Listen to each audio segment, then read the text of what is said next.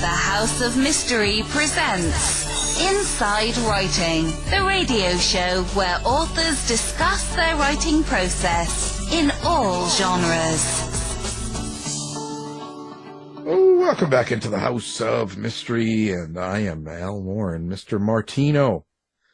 Yes, present. Playing pool. Playing pool? Aren't you playing pool? Am I? I don't know. You're doing something. You got pool sticks and... Oh, you're talking about the Kali and Eskrima. Oh, is that what that is? Yes, yeah. Oh, there's no cue stick and 8-ball or anything like that. No, I don't even know what those words are you just said. Yeah. Is that districts in L.A.? I don't know. Yeah. It's martial arts. Martial arts. Filipino martial arts. Wow. So you're becoming...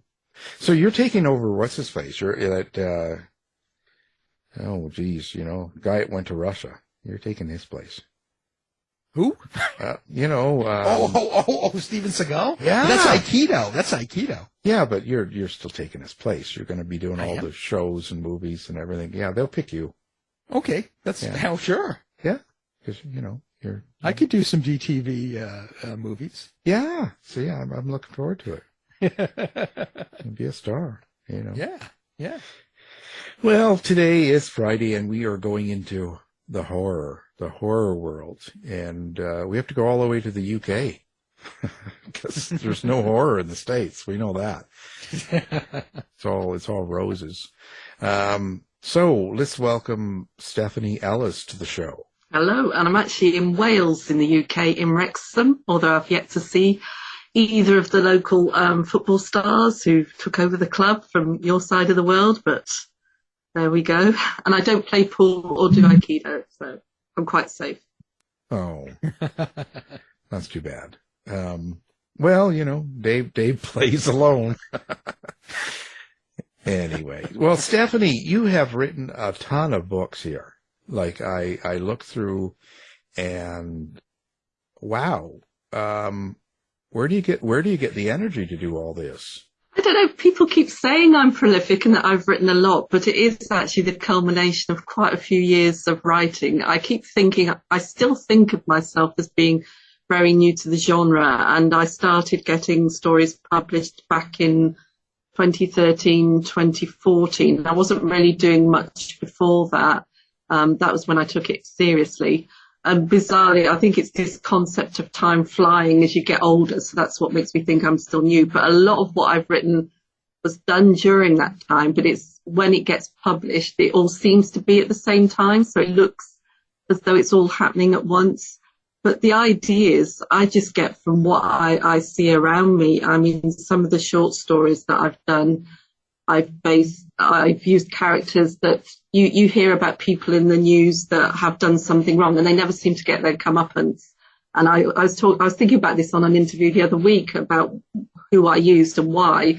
And I think it's a way of getting control back over life a little bit by all those people who seem to step out of line. You think, oh, they've got away with it. You can actually put those characters in your stories and you can get them, they can have their bit of punishment, and good usually overcomes evil. But I will say some of my stories don't always have happy endings. Whenever anyone's asked me to write a horror story with a bit of hope at the end, I failed dismally on those counts. So you're really punishing people you don't like? A little bit, yes. But also to have a bit of fun as well. Some of the characters I write, especially in the folk horror, they're bad, but they're likable in a really bizarre sort of way, or at least a few of them are. And I do tend to have more fun writing the villains, probably because I'm the sort of person that doesn't like to break the rules or do anything wrong in life. I've always been the one who sort of follows everything and doesn't like to get into trouble. I mean, my previous job before I stopped to focus on the writing was as a librarian. And, the kids would come in and they'd talk to me and I'd say I'd write, what do you write this? And it'd be horror. And then it'd be, what music do you listen to? Oh, death metal, industrial metal, all that sort of thing. And it's totally the opposite to what people expect. So I do like to subvert expectations a little bit. People make assumptions when you look at somebody but they're not always like that. So I do like to challenge that a little bit to show that you don't have to dress a certain way to be regarded as one sort of person. You can just be yourself and just surprise people a bit. Do you ever have an issue writing evil people or getting into the minds of someone that would be pretty nasty? No, because I like to see what they can get away with before somebody tries to stop them. But there's some characters in Reborn, my latest novel, which is a folk horror sequel to The Five Turns of the Wheel. And there are these three characters, Tommy, Betty and Fiddler. And Fiddler always plays a violin. And because they're like a little theatrical mama's troupe based on sort of traditional roles. And Betty is the man who dresses up as a woman for comedic effect. And Tommy is the one who organises it. But they're the ones who make people suffer. But I've given them a sense of humour as well. And by doing that, you can sort of chuckle along with them as they go about their business and bring mayhem to everybody else's life. It's just, I'd like to write it with a little bit of a smile on my face. I don't take it too seriously. I want it to be a good story. And people say, what themes do you talk about? And yes, there are themes in there which come through as I write, not because I plan them. But overall, I would just like to be a good storyteller. And the feedback so far has been that I tend to achieve that for those who like my books, because I know not everybody does.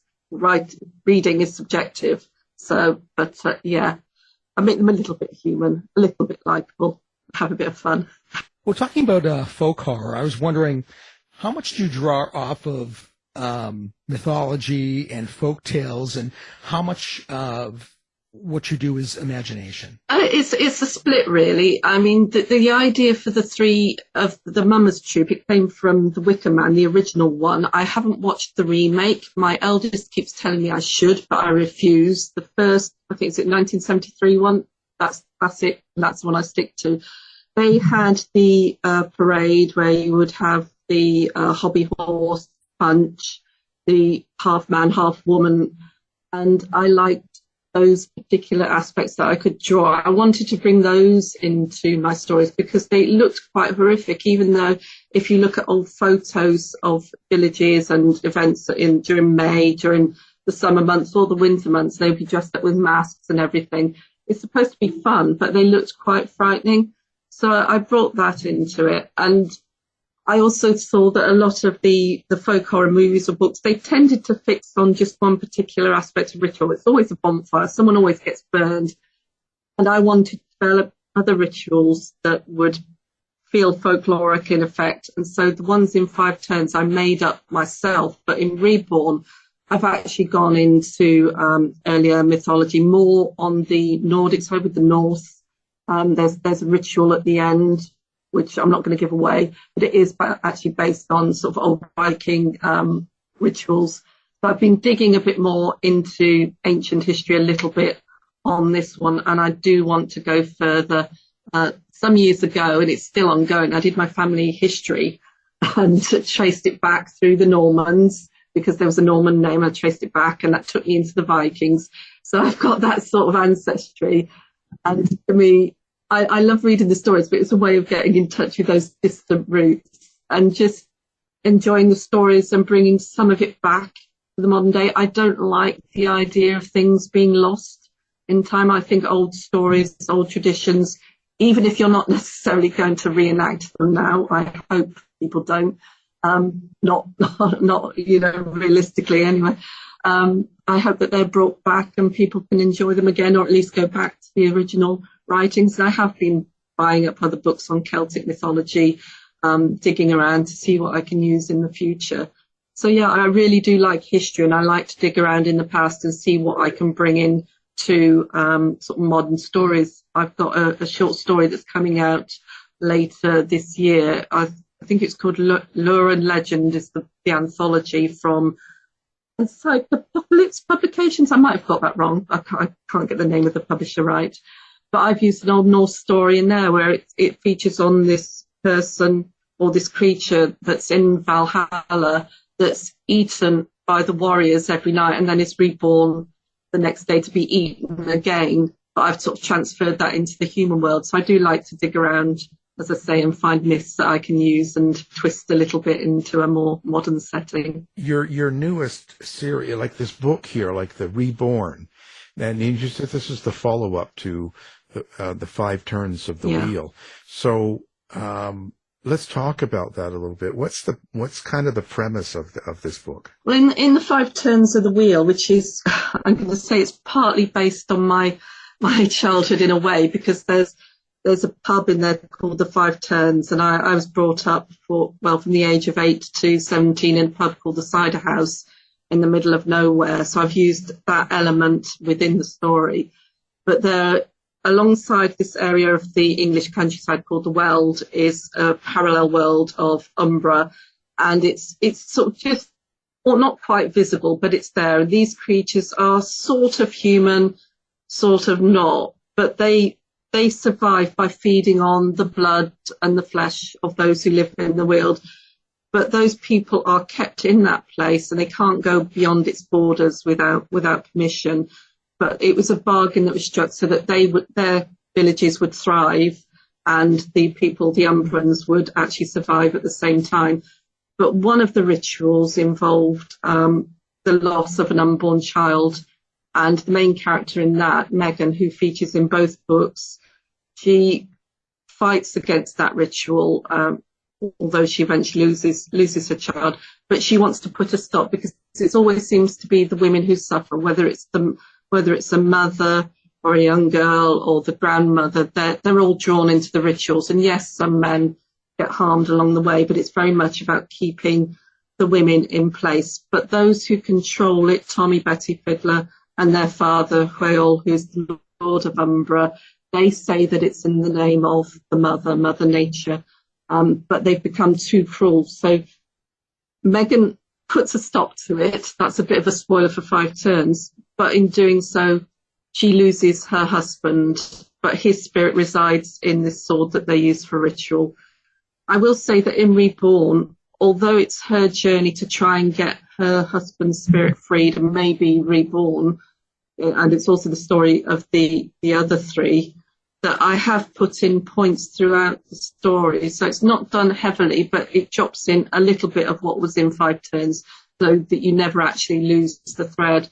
So because Megan, at the end of 5 turns, was put in charge of Umbra, she stopped a lot of the rituals.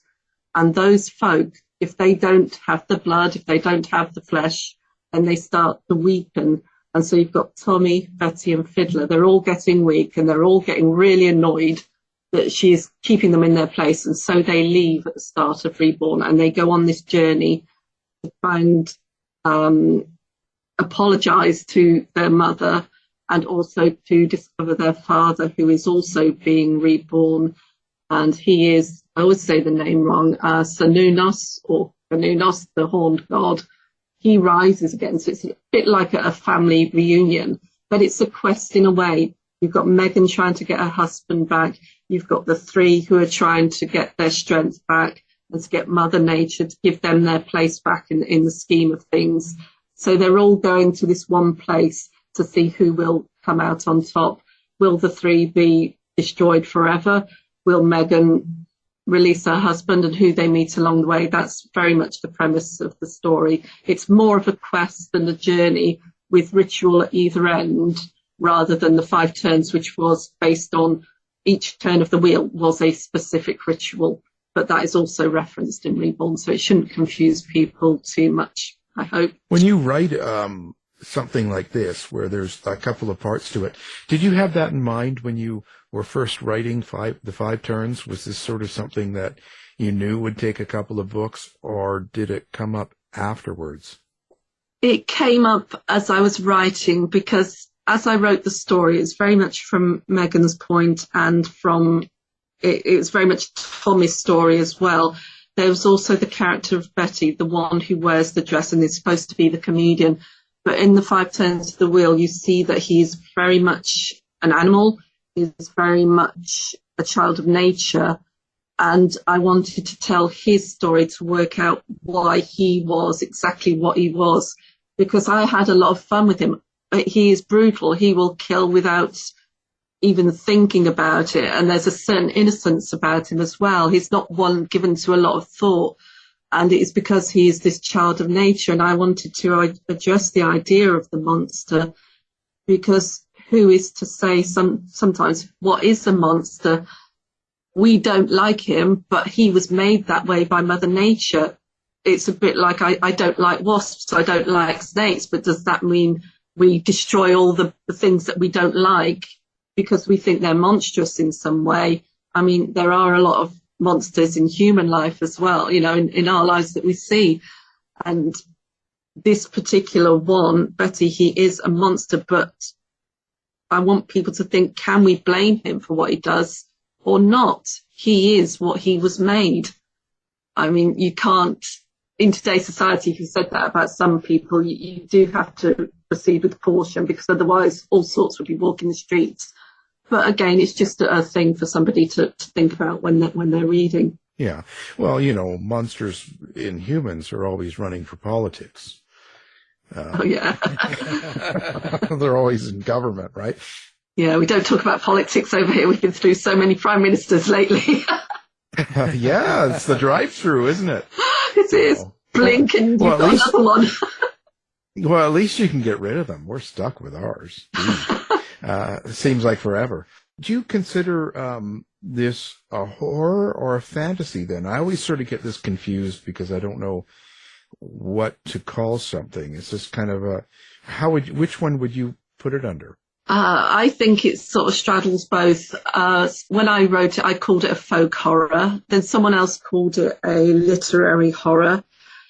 Then someone else said it was a dark fantasy. And I think on the whole, I would say that it's folk horror with dark fantasy elements in it. And it seems to be, I think that seems to fit it perfectly because of those made-up elements in there. But I think the horror in there is sufficient, and the actual rituals and where it's set, it has all the elements of folk horror. So it's a combination for me. So it sounds like you also have something that you want people to get out of this story besides the entertainment, the horror, the fantasy parts of it, the darkness. There's some sort of an underlying theme here or something that you want a reader to take away. Is this true? In a way, and again, that was something that came out. It's all about balance. I go on a little bit I don't go on, but I introduce the ideas of nature in both the books as having its cruel aspects. And having grown up in the countryside and seeing how people would treat it when they came out to the pub at the weekends, we would get lots of visitors from nearby cities. Even though we were miles from anywhere, we were quite well known in the Midlands. And they would come out, and they don't treat the countryside in the right way. They don't treat it with respect. And there's a lot of that still. We've got a right to roam. I don't know what it's like in the US, but there's lots of public footpaths and bridleways that have been around for hundreds of years here. And it goes across private land, but those paths are for us to walk. But you get people tramping over them, and they leave the paths, and they have their picnics, and they leave their rubbish, and they let their dogs off the leads, which attack the animals, but they don't seem to think anything of it. They forget that it's a working environment and that it can't all be nice and pretty like some sort of theme park. It's a place where nature is cruel, where foxes will rip lambs or chickens apart. I remember there was a time when my dad came home, and he said that our neighbour who's half a mile down the road, the chickens in their shed, they'd all been killed by a fox. And there's all those sorts of aspects that will happen. Nature's cruel. It's not pretty. And whilst there are things in the countryside that needed to be changed, how farmers treat their animals, which we've got very good standards over here now. So I think there might still be some way to go, but there has to be a balance. There's a balance in all things. You can't wipe out the cruelty of nature. And to think you can is wrong, but you've also got to try and put things right where they are wrong. Like with the hunting, where you would go after a fox with a pack of hounds and it would be ripped to pieces. That was wrong. But as I say, there has to be a balance, and I would rather that people talked their differences through rather than say, oh, this is right and you're wrong. it seems to be these days you might have something like the Countryside Alliance talking about one thing, and then you got those from the towns and cities saying, "Oh, this has to be done."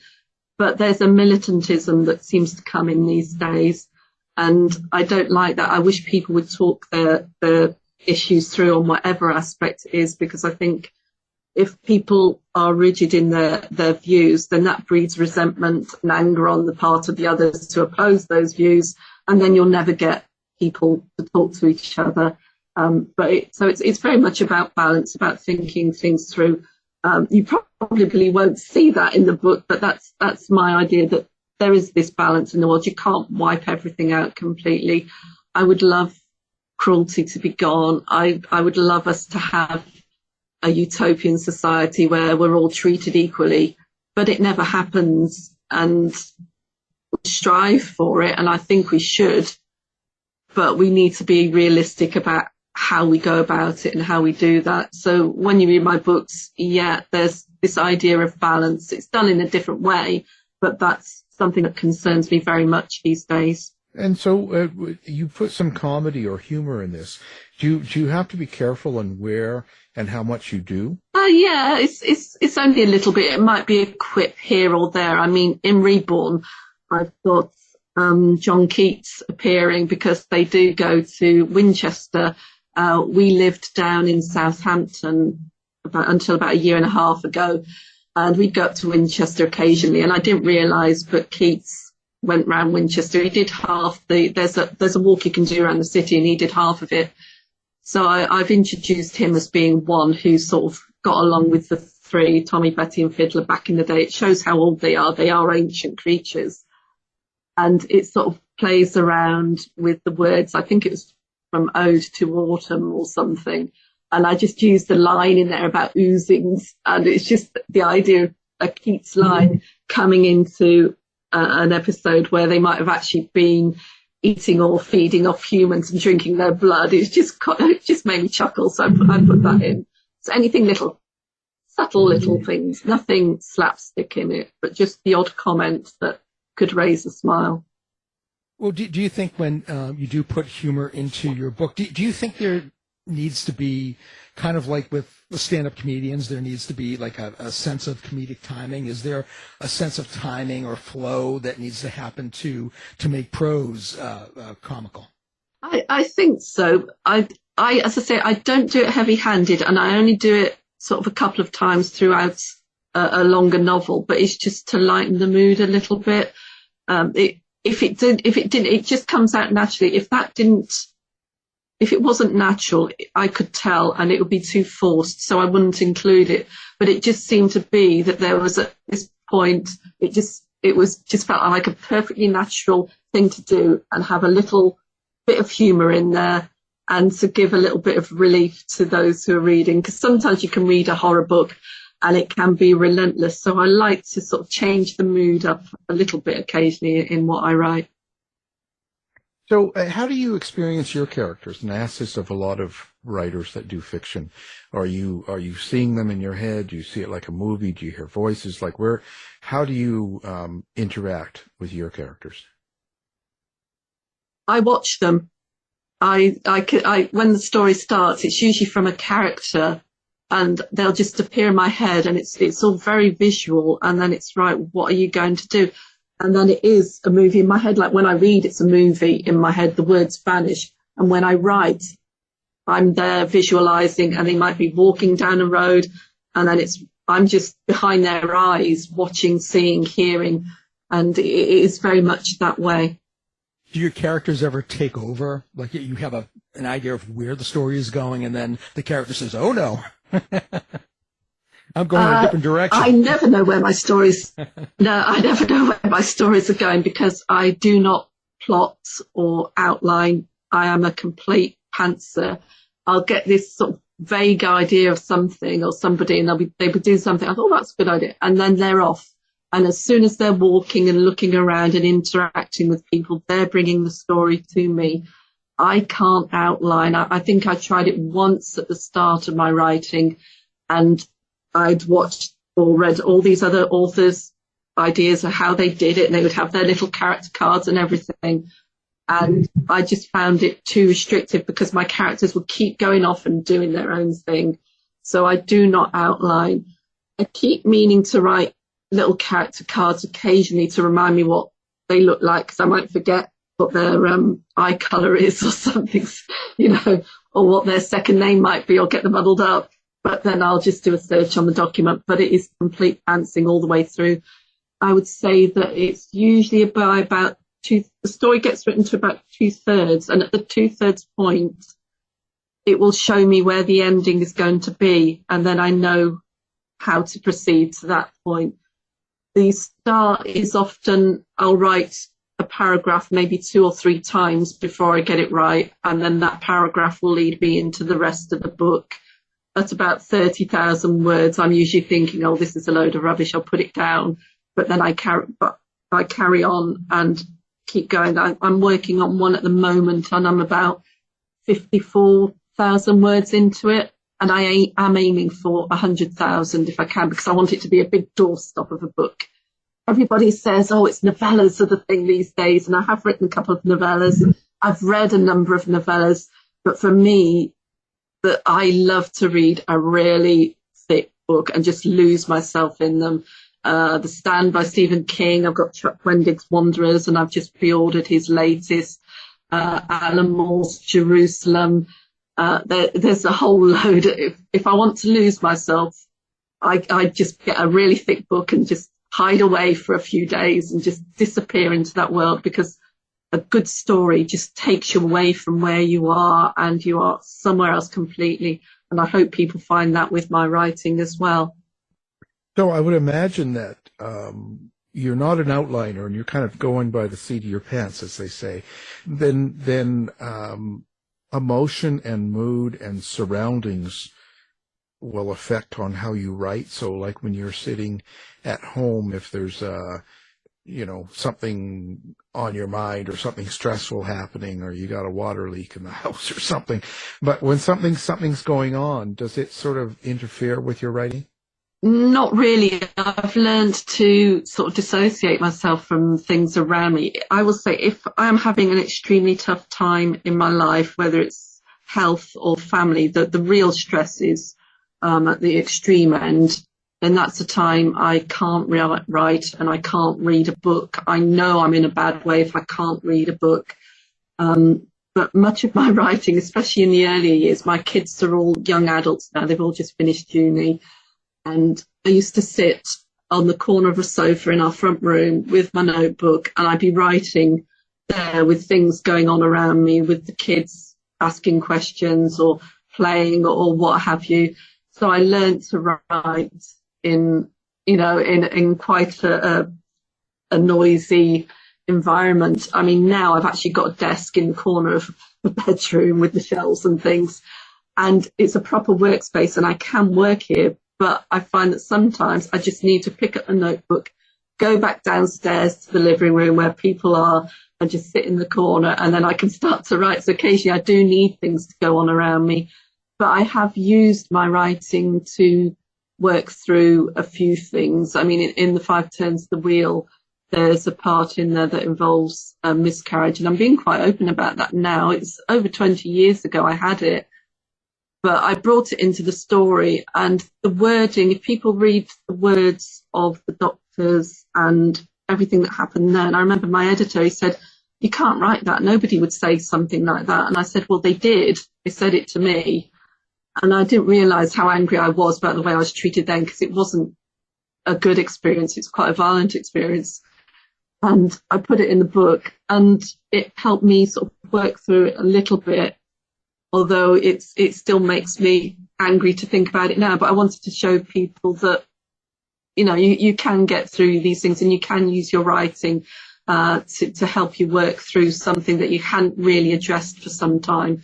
Because I know that a lot of women with families, you put your family first, and anything that really affects you, you tend to internalise a bit, and you don't always deal with it at the time, and it can take a few years down the line, in my case quite a long time, before I thought about it and thought, yeah, that wasn't good at all. Yeah, it's interesting how things affect us and how it comes out in our work or art, so to speak, and writing. How was the pandemic? You must have been writing this book through the bulk of what was going on and with all the craziness, because the way people act and then reacted and all the tension and stuff going on outside of your door and the lockdown and all this stuff. Reborn was written just before, I think it's just before the pandemic or partly through it. I was finishing it up. It was going to another publisher, and that's the publisher that it was, all the work was going to, folded, and then it's Bridget's Gate. I've just picked it up. At the time of the pandemic, I was actually working. I was, as I say, I was a librarian. I was also a teaching assistant, and I specialised in literacy for those who had difficulties. And I was teaching a lot of teenagers to read, basically. And during the pandemic, I think I was off work when we were told, right, stay home. I was off work for a couple of weeks when the school closed, and then I was back in. I was setting up a new library, and then I was supervising kids in classrooms. So I worked throughout lockdown pretty much, and part of the decision for me to stop my job at the time and to sort of focus on my writing full time with the support of my husband, who's working to support us. And the move helped us get rid of a mortgage, so I could do that. It was just, I couldn't do that job anymore because of the stresses that it involved. So Reborn had been pretty much finished at that point, but I was writing. I was actually doing a collaboration, a poetry book. It's a novella in poet form called Lilith Rising, and it's about Lilith coming back and getting her revenge on man. And I was actually working on it with Shane Douglas' team, and he's over in America. So during that time, we were batting poems backwards and forwards to create this book, and that's recently come out. So it didn't stop me writing. It allowed me time to actually read and to carry on working, but it was the stress of COVID just slowed it down a little bit. I think sometimes the hardest part was going into work and seeing everyone else have a lie-in, or, in the house, they would all be asleep, and I'd go off to work and then come back. And it would be very difficult at work as well. And you're put in positions which you shouldn't have been in at times either. So it is quite difficult. But now I've got the time to write, and I'm finding that harder, that you've got the time to write. Whereas before I'd squash it in. When you know you've only got a little bit of time to write, that time to write, that pushes you to actually get on and do it. But now I'll sit there and I'll think, yeah, I'll do this, but then I'll go off and get a cup of tea and I'll do something else as well, and then I'll come back to it. And it is harder to discipline yourself when you don't have those other constraints on your time. Right. So I have to be strict. Yeah. Yeah. It's something about a pressure that you get used to, and then without it, it's, yeah, I know. Yeah. Do you ever take these bad people that you've met in your life and put them as characters in your book? Kill them, make them suffer? I haven't, not necessarily. It may be that if I go back and read some of my stories, I will see some of them in there. In some of the short stories, I've put in certain types of people that I get fed up with seeing, getting away with all sorts. I think there's a short story I wrote years ago, and there were loan sharks and people who took advantage of others, and people like that who always seem to get away with things. Well, they didn't in my story. In 5 Turns, I have got some of my dad's customers are regulars in there, but they are disguised, and they're harmless anyway, so they haven't really caused any trouble. Although I will say that Betty, the one that I sort of explore his character, his physical appearance is a bit like one of our old regulars. It was him who I thought of when I sort of describe him, but this man's behaviour and everything is nothing like in the book. He was a gentle soul. He was a really nice bloke, but, nothing like in the book. Well, I was wondering, in your poetry, do you use specific structure, or is it a free form, kind of the same way you write your prose fiction? It's very much free form, although I have got into haiku as well. I think one thing I really love is found poetry, and I did a collection, I keep saying last year, but it must be this year. I'm losing all track of time at the moment, called Foundlings, and I wrote it with Cindy O'Quinn, and we took the poetry of Linda D. Addison and Alessandro Manzetti. We took their poetry and we created new poems from that, and then we created found poems from those poems as well, and we got Linda and Alessandro to write the foreword to the book, and they really like the poems. It is completely original poetry, so it's not copied or anything, there's no plagiarism involved. We just created a new element, and I wrote some haiku in that, but those were very much free form apart from the haiku. Then I did a collection. This was a labour of love called Metallurgy, and that is based on one poem is the tracks from 2 songs, and it was all my metal favourites. So you'd find Behemoth and Slipknot and The Cult and all sorts of tracks, 9 Inch Nails, and I'd be reading the lyrics and then trying to create poems from that. And that was quite hard, because then you realise that maybe heavy metal songs and things aren't the thing to write poetry from. If you think it's a long poem, it's repeated and repeated, and you can't find anything original to say. But I did it, and I created a Spotify list for that as well. And then Lilith Rising was actually very much a free form style of writing, and as I say, Mine and Shane's, it just seemed to gel together. We're working on something else at the moment, which again is going to be a sort of novella in poetry form, and this is for a publisher. But there is partly free form, but then it's also sonnets.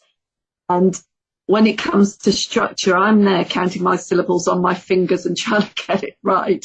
And these that were like in Eugene Onegin, I'd never read that before, so I looked it up, and I've got the form there. So it's a mixture of free and sonnets.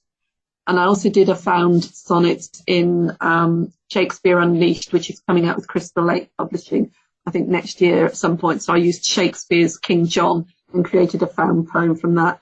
So I do like found poetry because it's very much a puzzle. So if people like puzzles and they're writers, I would recommend it as a great exercise, because you've got the words there, you've just got to create that image.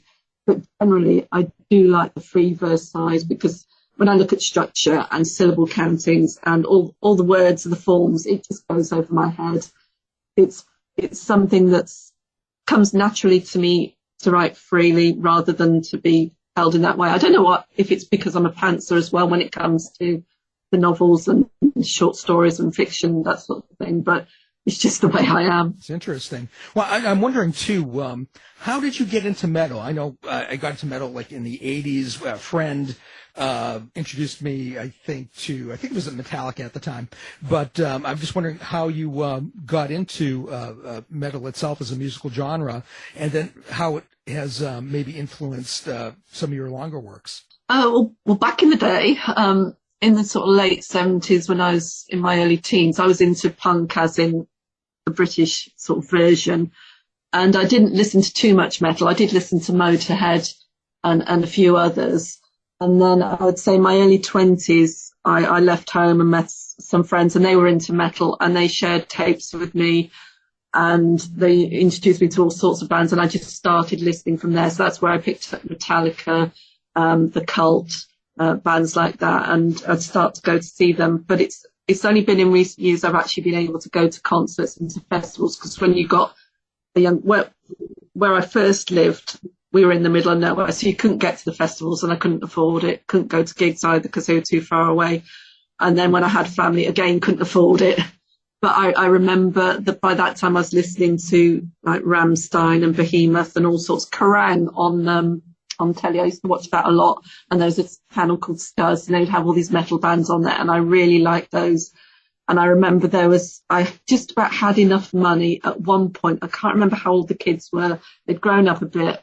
And I said to my husband, I really want to go to see Rammstein. And so we went to see them, and it cost a little bit. But after that, I've seen The Cult about 3 times. I've seen Metallica at Reading, 9 Inch Nails. I've seen them a couple of times. My eldest bought me a ticket to their concert when I was 50. So that was my 50th present. I go to Bloodstock when we can, if there's a headliner there. I just really like the energy of the music and the sort of rough edges to it. When I'm writing, sometimes people say, you can't have music on when you're writing because the lyrics distract you. But I listen to a lot of might be Finnish or any sort of Scandinavian band, and the German bands as well, when they're singing in their own languages, you don't really understand what they're going to say. So it doesn't affect your writing in any way, but it does help me set the mood of a piece. I've got The Woodcutters coming out next year with Brigid's Gate Press. It's not in the Five Turns world, but is a folk horror. And there's a bit where this person's in the wood, and it's a really sort of grim atmosphere. And to get into that sort of mindset, that mood, with that little bit of anger, I had Behemoth's version of The Cure on a loop as I wrote the scene. So it kept that mood going, and music will take me to those places that I need to be to write some of those scenes. But yeah, we're all metal fans in this family. We do have quite, but my eldest especially is one who will come to gigs with me, although I was a little bit miffed a few years ago, and she took my youngest daughter to see Korn and Slipknot with her. She didn't take me, but I did get to see Slipknot just before COVID. They were one of the last bands I saw before lockdown. It was Slipknot headlining with Behemoth supporting, so I was happy. Well, so if someone hadn't heard of you before, they haven't read anything of yours, which one book would you suggest that they pick up? Much as I love Reborn, and I do prefer it in a way to The Five Turns of the Wheel, I would say The Five Turns of the Wheel, because that is very much me. It shows how I bring atmosphere and mood and all the senses into my writing. It's also got a bit of me and my life in there. That's why I say Five Turns more than Reborn, because Five Turns has my childhood in a certain area of England and the rural aspects of it. So, and I just had such fun with it, and then go on to Reborn after that. So I would say those, if you like folk horror. If you want to experience something that could affect humans at some point, and you want a quick read, I would say Paused is a good little action novella, if they like that. And that is a condition, it's based on the condition of locked-in syndrome. I don't know whether you've sort of come across that, where the body's shut down, but the person is still alert, they're still conscious. And this happens to people all over the world. They just suddenly freeze, and they're aware of everything around them, but they can't react. So how would you feel if you were crossing a train track and you suddenly froze and your body wouldn't respond, and that train's coming towards you? Or you were on a walk on the beach and your body froze and the tide's coming in. So there's elements of that. But The Five Turns is the one that I would recommend. Okay. So now, do you do social media? Do you like to interact with readers? Do you have a website? How do people get a hold of Stephanie Ellis? Right, I do have a website. It's Stephanie Ellis. Stephanie Ellis, there's no space in there. I'm on Twitter at lstevie, and it's EL_Stevie, and you'll also find me on Facebook and Instagram. And I'm also over at horrortree.com, where I do the weekly indie bookshelf releases and help out behind the scenes. I used to be an editor of their zine there, but I will give a shout out to the Horror Tree, because there's so many resources for horror writers there. And if any other writers are listening to this and they've got a book coming out soon, they can just send me a link and I'll put it on the bookshelf and help promote them as well. So I strongly believe that, yeah, we're on social media to promote ourselves, but we're also there to help others along the way, because otherwise I'd have no books to read. What interests you? What are you reading these days?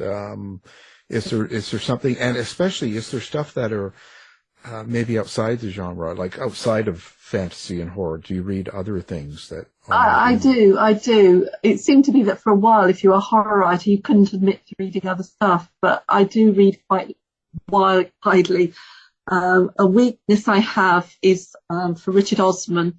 He's a presenter over here, and he presented a quiz show that we used to watch called Pointless, and also the House of Games that we still watch. And he's written these sort of cozy mysteries about geriatrics living in an old people's complex, and they go out and solve murders and things. I've read those. It's the Thursday Murder Club, and the books that follow on from that, they're really good.